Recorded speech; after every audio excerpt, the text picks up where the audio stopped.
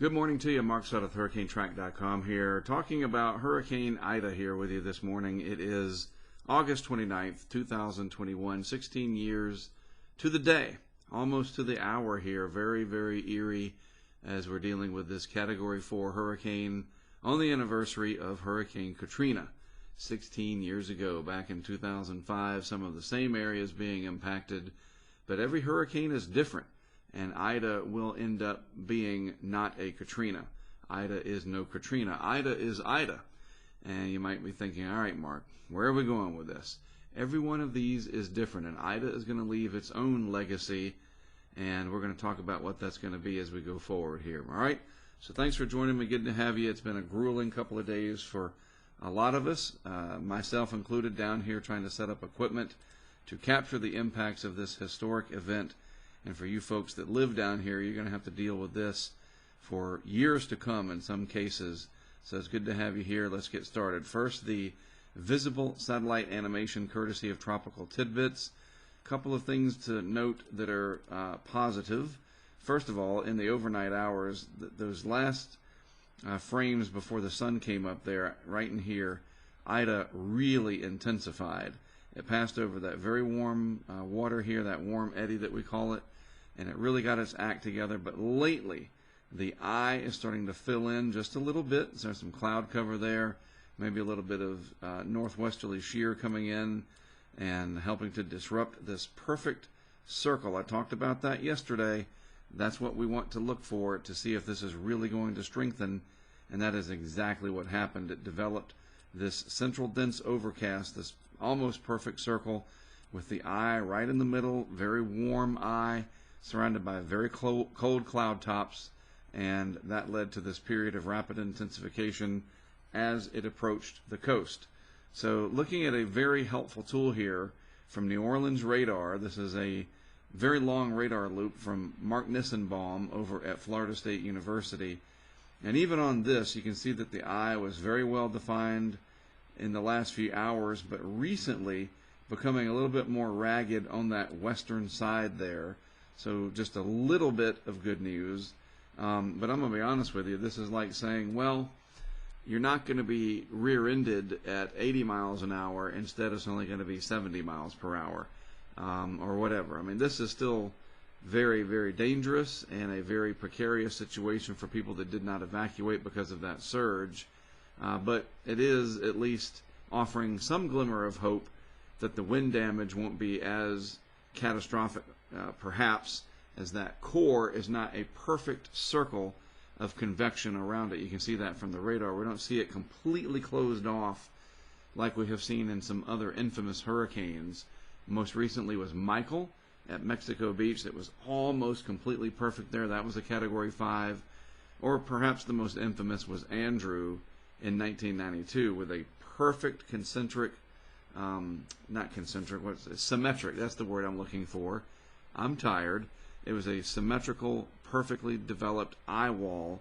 This one is not quite there, thank goodness. So what else can we glean from this? Well, these storm cells that you see over here, as they rotate on shore, some of those could have tornadoes that are short-lived, but a tornado is a tornado. So be mindful of that. Make sure that you have your weather alerts enacted on your phone or your NOAA weather radio available. Also, all of this rain that's moving in, that's going to be moving in fairly slowly. And we're talking about 10, 15, 20, 25 inches of rain in some spots. We'll look at that graphic from the National Hurricane Center in just a moment. The other thing is that the core of the strongest winds with Ida, the whole area of the strongest winds is not nearly as large as Katrina.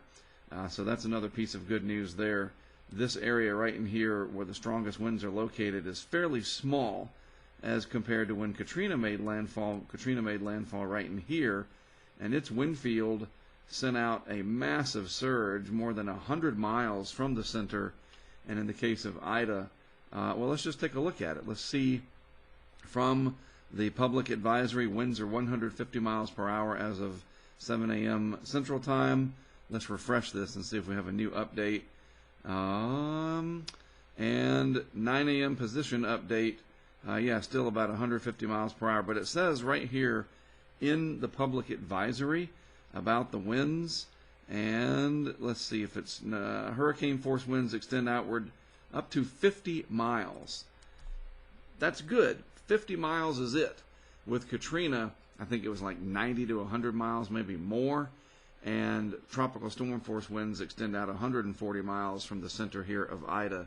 But it's a smaller, more compact hurricane than Katrina was. And so that'll limit the overall push of surge and the overall wind damage swath. Again, trying to give you some good news here. And this is at least one piece of that, in that the hurricane force wind field is not enormous like we have seen with other hurricanes in the past. Now, that being said, let's talk about some of the other impacts real quick. The rainfall, I want to really emphasize this very large area of heavy rain over the central Gulf Coast region extending inland, and then that rainfall will spread farther inland into the deep south and beyond, across Tennessee and eventually up into the mountains up here, some of this rugged terrain in Kentucky and parts of West Virginia perhaps, maybe southern Ohio. So this is going to be a hurricane that will affect a lot of people. It doesn't stop at the coast down here. All of these impacts from the rain and maybe even severe weather will spread inland, so please be very aware of that going forward. The storm surge is already starting to take place as far east as the Walton County line, Okaloosa-Walton County line, and as far west as Sabine Pass. This affects the Gulf. Just this giant spinning wind machine out here puts the Gulf into motion. So the highest surge will be just to the right of where it makes landfall, so more than likely down in here, possibly 16 feet, and then around the bend, if you will, towards this corner where the Mississippi Sound and the Gulf of Mexico meet there near the mouth of the Mississippi. 6 to 9 feet, maybe as high as 8 to 12 in parts of Hancock County, and then farther east towards Pascagoula, Biloxi, maybe Gulfport, 4 to 7 feet. Bottom line is big-time dangerous storm surge is coming. 5 to 8 feet here on the North Shore, especially of Lake Pontchartrain. And let me just make something clear. We talked to a really nice police officer last night in Mandeville. His name was Dylan. Hello, Dylan, if you happen to see this. We were putting up our last camera system, and he came by to see what was going on. And we were talking about everything, showing him the radar and just refreshing him on what was going on. And he didn't realize that these values are above ground level. It's not mean low water level anymore. We stopped doing that many years ago, the National Hurricane Center. This is 12 to 16 feet above normally dry ground, 5 to 8 feet above the ground level there in Mandeville, for example, maybe Madisonville as well. It's all very localized. You don't know exactly where the surge is going to be the highest for which locations, but this is a good general rule of thumb, and it is above normally dry ground.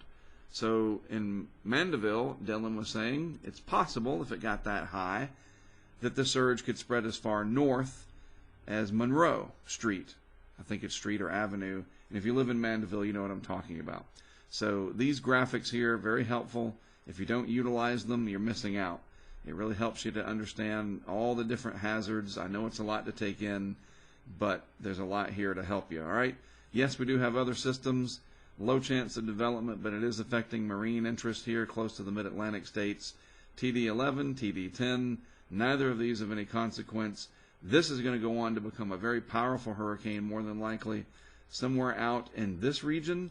Where it ends up, we will worry about that later, but yes, I do have my eyes on it. We're not ignoring it. And also, speaking of not ignoring, in the eastern Pacific, here's Nora, and Nora is forecast to move up into the corner there, the northwest corner of Mexico, maybe bringing some remnant moisture to the desert southwest in the form of potentially flooding rains. So keep an eye on that. All right, so we have been busy setting up, I guess you could call it Lucky 13, 13 camera systems, and a couple of full-on weather stations. So let me give you the tour of what we have done and where. So we zoom out just a little bit. This is our interactive map. These are the cameras that we set up specifically for Ida. These are cameras from our supporters that are dotted permanently around the country, just to give you a heads up on, well, what are all of these? So those are permanent, like this one up in Rodanthe, North Carolina. This one is there all the time. All right, so let's zoom in down here to the Gulf Coast, and I'll show you what we have starting in the Gulfport area down at the marina. And as we wait for it to load, so some storm surge moving in here, not so much on Highway 90. Highway 90 is back this way in the distance. This is the marina and the Erie Pier area, so yeah, you're going to get some splash over and some surge flooding. Might get a couple more feet here as Ida closes in, but that should be the extent of it. Some lowland flooding, parts of Highway 90 will get sand on it and so forth, but not too bad. Farther to the west, in Waveland, it is a much different story. Here, not only do we have the live feed from the cam, and look at that surge really spilling in there. 29 years ago, I'm sorry, 29, it's the 29th, 16 years ago today, this was the exact same scene, but the water was probably, 15, 17 feet higher, maybe even higher than that, topping out at about 28 feet in parts of Waveland. That was the storm surge from Katrina. We do have a pressure sensor here, but it's not working properly. At least it's not 1023 millibars, so we have to see what's going on with that.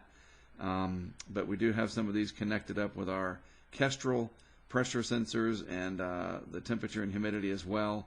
Sometimes they glitch out, maybe they get too much rain on them or sand gets in there, and we'll fix it. But that's what it looks like there in Waveland. Then let's zoom in here. This is Mandeville. I'm really concerned about this area getting a potentially significant surge as Ida goes by and pushes that lake all across here. Concave shape, very vulnerable to storm surge.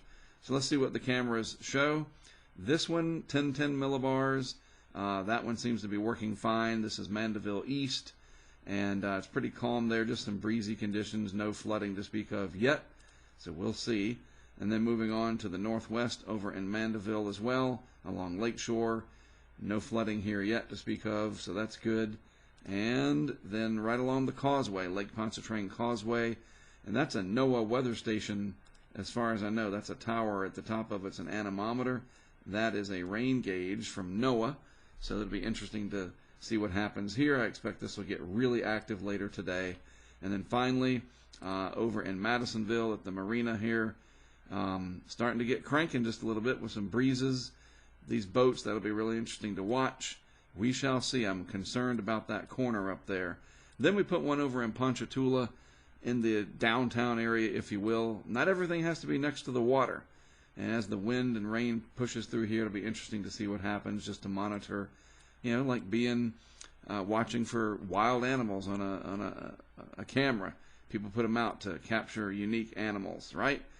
Wow. Over here in the Frenier Landing, hopefully I'm saying that right, that's not supposed to be this way. The water is usually like over here at worst. This is significant flooding already taking place. We got an email from one of our patrons that is related to somebody that owns a restaurant over there. And so we found out about this place because of Kimberly. Thank you very much for that. You are seeing the results of it. We can zoom in on this because we do have two cameras there, actually. Here's the other one underneath the restaurant, looking across. There's the bottom port. There's the air conditioning unit right there. Sorry, right there. And then you can see the water. It's spilling in. This is not supposed to be this way. So the water's spilling in. This will be really something to watch later in the day, helping us to understand how high the storm surge was. And the National Hurricane Center will be monitoring this. I mean, it's very, very helpful. Then we put one over here in Avondale or Avondale, however you say it. Again, not near the water. Not everything is storm surge. I want to see what the wind does here later on today. And moving on quickly here, this is where we have an anemometer. Yes, and this is working really well. 1,003 millibars, wind gust at 35 miles per hour. Up on the bridge there, this is the westbound lane, and this is really going to be interesting later in the day as the core passes very close to this location, I do believe. So something really neat to keep an eye on there. for the data. Let's see, did we already do this one? Yes, sorry, I'm getting lost.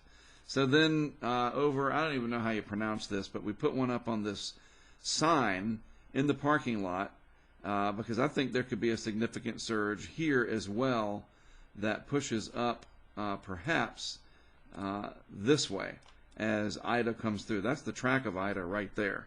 So we'll see. That could be really interesting in a bad way. And there's also a pressure sensor there, very helpful. You remember Toucans when we did the Hurricane Michael at Toucans of Mexico Beach, and we caught all that incredible footage down there. Hopefully nothing nearly as dramatic here, but this could be very helpful for this seafood company, especially if there's wind damage before there would be some storm surge. This could help them with insurance claims. And as our project grows, we want to be able to do this more and more to help people, to help them, deal with the effects and the insurance claims and so forth. And sometimes it could work against you if it shows, yes, it was all surge. Hey, the facts are the facts. The video doesn't lie. Pressure at 10, 11 millibars. It's a little farther away from the eye. The core winds are 29 miles per hour. This is the Barrow Street Bridge in Houma, and this could get really active later today as well, maybe on the west side of the core. And then finally, down here in the Golden Meadow area, this is as far south as we were able to get because they closed off those floodgates down here and said if you're not back on the other side by 6 p.m., you're staying, and we just couldn't take that chance. Really getting windy there, as you can see. I bet we're going to see all kinds of debris and other things blow across. The core should come right over this location in the next few hours. It is to the east of the track, and it is, this is really going to be an incredible camera to watch. So, how do you access these, you may be asking? Lots of people want to know. This is a crowd-funded project. So you go to hurricanetrack.com, right there, hurricanetrack.com. You click on this right here. That takes you to our Patreon page. What is Patreon? It is a website and an app that allows you to crowdfund projects just like this. At the $10 level or the $25 level, it's up to you to become part of this, or you can name any price in between. You start at 10, you can make it 100. You can make a one-time of whatever you want, but it needs to be at least $10 because I feel like it's worth it, right? Look at what we're doing with this. Come on. That costs a lot of money to put together, and this is how it is funded. So once you sign up on Patreon, you then log in at the Hurricane Track Insider site, which is right here, right there where it says username. And that takes you to this, the landing page of the Hurricane Track Insider site. You understand? And on that landing page, you see the interactive tracking map. That is what I just showed you right there, the interactive map, the live cams. And as an example, if you click on the live cams, it takes you to this. There they are in thumbnail format. And then you can click on the big giant dashboard with more than 8 cams. We started with 8. Now we have, 13 or 14, 15 of them set up. The vehicle cams in the left-hand corners here. There's CJ in Florida kind of cutting in as our anchor, talking about what's happening. The bandwidth at the hotel here isn't going to play all these cameras for you. But this is what this funds. It does. This is how we do it. And we cover more than just hurricanes, other severe weather, big winter storms, a whole host of stuff beyond sort of the Super Bowl of weather, and that is hurricanes. We take this very seriously. It's very helpful to people. They want to see what's going on. And as we grow, we can add more people. It costs a lot of money to do this. And most of the people that help me are volunteers. And we can add more equipment. So if you sign up and you become a part of this, hopefully you can stick around year after year and grow this even bigger.